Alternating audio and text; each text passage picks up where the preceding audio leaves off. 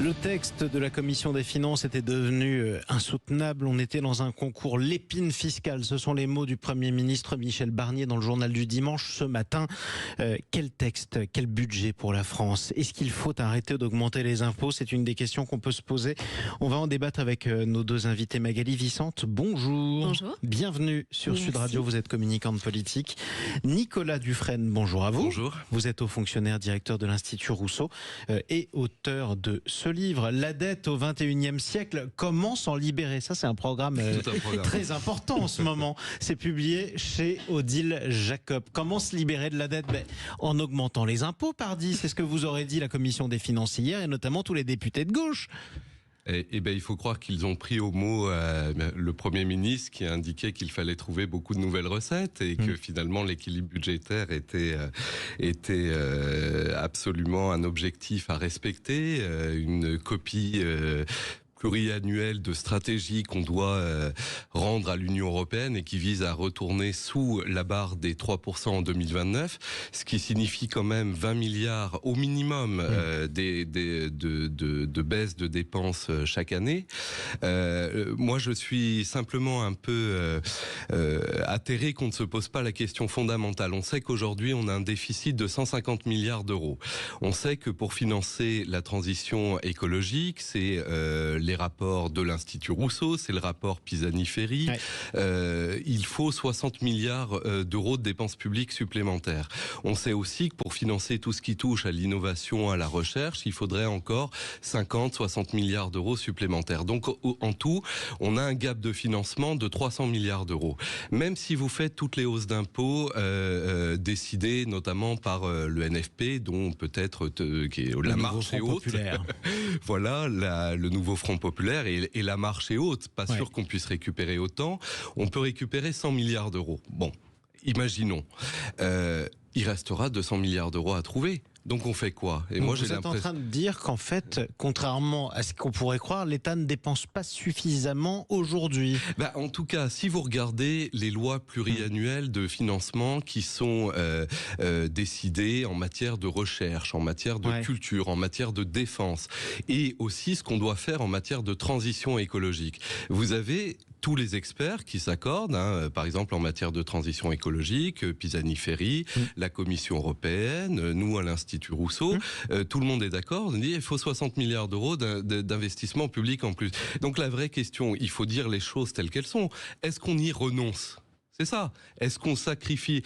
Michel Barnier, dans son discours de politique générale, avait mis la dette écologique et la dette financière sur le même plan.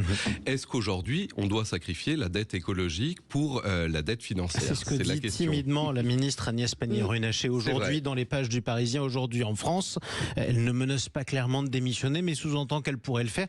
On a l'impression malgré tout que tous les ministres et tous les élus locaux d'ailleurs viennent les uns après les autres voir le chef du gouvernement pour dire alors oui, on est d'accord pour faire des économies, mais le voisin d'en face, pas moi, parce que moi j'ai des inondations, moi j'ai la transition écologique, moi j'ai la défense et ainsi de suite. On va pas s'en sortir comme ça. Non, mais c'est tout le paradoxe malheureusement de la situation, c'est que il y a deux champs de communication qu'il faut voir. Il y a le champ de communication purement pragmatique, c'est-à-dire que oui, il faut aller trouver de l'argent parce qu'on a une dette. Et là, qu'est-ce qui se passe? Il y a le champ de communication émotionnel, c'est-à-dire que quoi que vous disiez, quelle qu'elle soit la solution qu'ils trouvent ou qu'ils élaborent, elles ne sont plus entendables par n'importe qui, ni par les collectivités territoriales, ni par le citoyen, ni par les chefs d'entreprise. Personne n'est prêt à faire une partie de l'effort. Plus personne, parce que vous prenez, on parle de matraquage fiscal, on est carrément à un hold-up fiscal. C'est-à-dire qu'aujourd'hui, qu'est-ce qui s'est passé? Ce côté incompétence qui ressort est plus le côté mensonge qui plane. Incompétence de qui? De Bercy. C'est-à-dire qu'on ne sait pas si ça vient des hauts fonctionnaires. Pourquoi si ça vient... le déficit est plus important que ce qui était annoncé il y a un an? Si ça vient de Bruno Le Maire. Bref, ce sentiment d'incompétence ou de mensonge, ça, les deux sur mêlés... l'acceptabilité des mesures à prendre. Pour vous, est-ce qu'il faut, oui ou non, augmenter les impôts ou alors baisser les dépenses? Moi, je lis aujourd'hui le Premier ministre Michel Barnier dans le journal du dimanche. Baisser le nombre de fonctionnaires fonctionnaires, c'est ça l'objectif.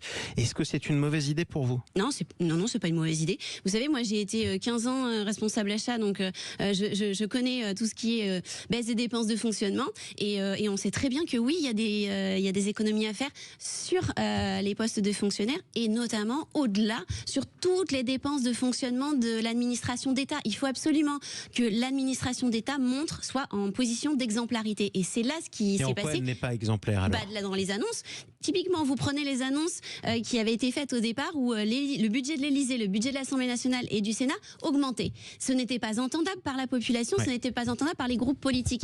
Pour quelle raison? C'est parce que quand on demande aux gens de faire des efforts, il faut pouvoir être en capacité d'être exemplaire sur cette notion d'effort. Faut-il réduire le nombre de fonctionnaires en France? Écoutez, moi je pense pas, parce qu'on a vu, merci, on a vu les dégâts qui avaient été provoqués par la fameuse RGPP, la révision générale des politiques publiques, sous Nicolas Sarkozy, remplacement d'un fonctionnaire sur deux qui partait à la retraite. Voilà, tout à fait. Et puis je vais vous donner un exemple dans ce budget. Vous savez que nos forêts aujourd'hui sont dans un état catastrophique du fait des maladies, du fait du changement climatique. On en parle régulièrement sur Sud Radio. Absolument. Et donc aujourd'hui, ce qu'on demande à l'Office national des forêts, c'est de perdre 95 emplois supplémentaires.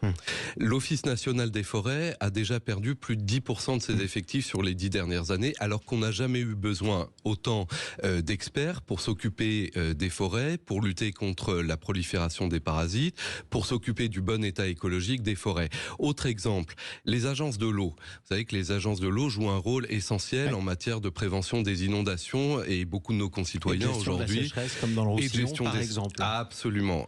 Eh bien aujourd'hui, le plan eau qui avait été décidé par Emmanuel Macron, on repousse à 2026 l'augmentation des recettes des agences de l'eau, et on ne bouge pas leur plafond de dépenses. Et tout le monde y passe, il n'y a pas que... Alors... Tout le monde y passe, bien sûr, tout le monde y passe, mais vous savez, l'OFCE, l'Observatoire français des conjonctures économiques de Sciences Po, vient de montrer dans une étude que toutes ces réductions de dépenses publiques vont conduire à un recul de 0,8% de la croissance, mécaniquement.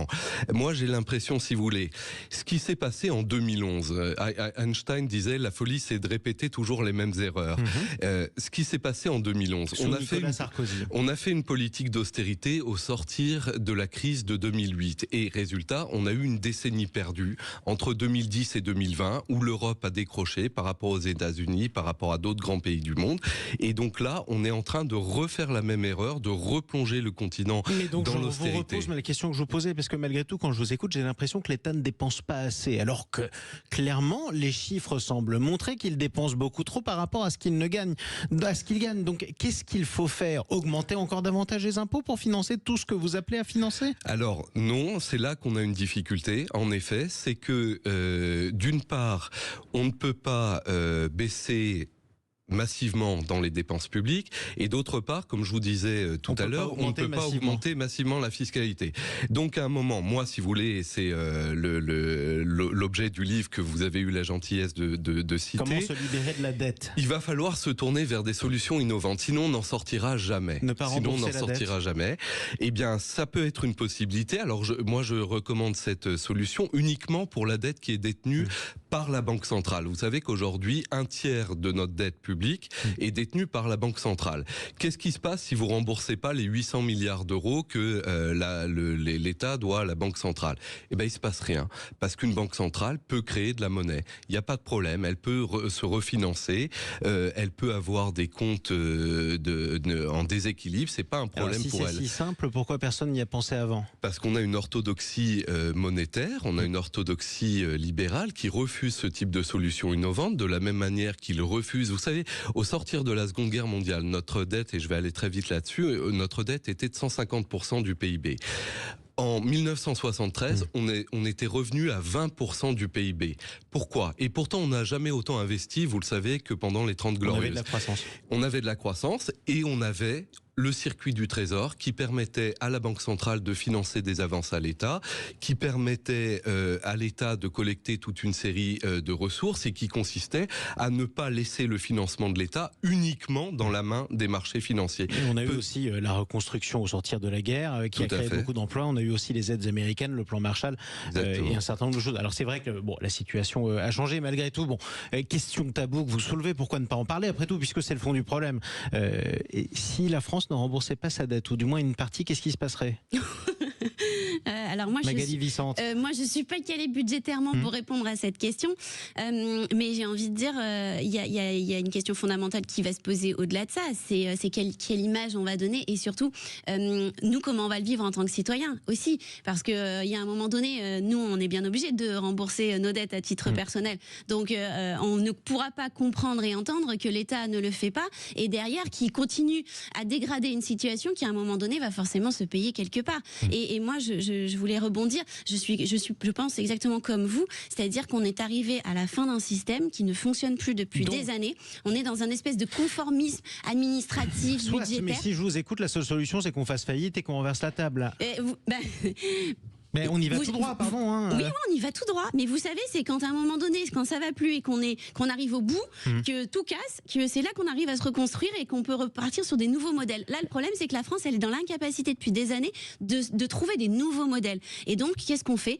On va rechercher sur les fonctionnements à l'ancienne. Et là, ça ne passe plus. Là, plus personne ne veut donner d'argent nulle part parce que ça ne fonctionne plus. Et moi, je fais le parallèle avec les entreprises. Vous savez, quand un chef d'entreprise, il est confronté à la situation, quand son modèle marche plus, qu'est-ce qu'il fait? Soit il se positionne comme une victime et puis il est dans l'incapacité d'innover et il met la clé sous la porte, soit il remet en cause totalement son modèle, il innove, il casse tout. Et ça s'appelle une restructuration et en général c'est des destructions d'emplois, pardon, mais dans ce cas-là on reparle du poids de l'État en France et du nombre de fonctionnaires. Oui, mais moi j'irais au-delà. Ce sont des gens qui nous écoutent. Est-ce que ça veut dire que demain, si on fait faillite, il y a des gens qui vont se retrouver au chômage alors qu'on leur avait promis l'emploi à vie? Ça on est incapable. Enfin moi franchement je sais pas comment ça peut se passer, mais il y en a qui ont tendance à dire qu'on va sur le schéma de la Grèce. Est-ce qu'on y va à vitesse plus rapide qu'est-ce Est-ce qu'on peut se souvenir quand même de ce qui s'est passé en Grèce? En Grèce, on a coupé du jour au lendemain la télévision publique avec un écran noir parce que ça coûtait trop cher. Ça va se terminer comme ça si jamais on y va tout droit, Nicolas Dufresne. Écoutez, l'idéal ça serait qu'on n'y aille pas justement, parce qu'une situation comme la Grèce c'est justement une situation où à un moment vous perdez complètement la maîtrise de ce qui se passe, où vous avez par ailleurs la Banque centrale qui a joué un rôle quand même, il faut le dire, vraiment délétère et hors de son mandat, puisqu'elle a menacé de couper du jour au lendemain les liquidités de la Grèce, ce qui veut dire que du jour au lendemain vous pouvez avoir le système bancaire qui est en panne, vous pouvez plus retirer d'argent au guichet, etc. Donc est-ce que c'est à une administration indépendante, à une institution indépendante telle que la Banque centrale, de dire non, surtout vous n'avez pas de solution, alors qu'elle aurait déjà pu à l'époque annuler les dettes que la Grèce avait. Elle, ça lui coûtait rien. Mais si plus personne ne paye ses dettes à un moment ou à un autre, c'est pas ce que je dis, vraiment. Alors justement, je vais vous laisser le préciser parce que si je vous écoute, j'ai l'impression que la France n'est pas obligée de rembourser 800 milliards, que la Grèce n'était pas obligée de rembourser une partie de sa dette. Si plus personne ne le fait, moi j'ai l'impression que plus personne ne prêtera non plus. Alors, d'ailleurs, la Grèce, il y a une partie de restructuration de sa dette. Donc c'est là le pire scénario, si vous voulez, pour les banques privées, pour les créanciers. C'est le moment où la situation est telle que finalement, vous ne remboursez plus, mais c'est pas de manière organisée. Alors moi, ce que je propose, attention, il faut bien être clair là-dessus, c'est pas du tout de ne pas rembourser les banques, les prêteurs privés, etc. C'est de dire, on a une institution un peu particulière, la Banque centrale, qui la Banque centrale européenne, qui elle dispose d'un pouvoir de création monétaire illimité et qui donc ne peut pas faire faillite. Et Mario Draghi, comme Christine Lagarde l'ont dit, on leur a posé la question, une banque centrale peut faire faillite? Non, évidemment, parce qu'elles ont le pouvoir de création monétaire.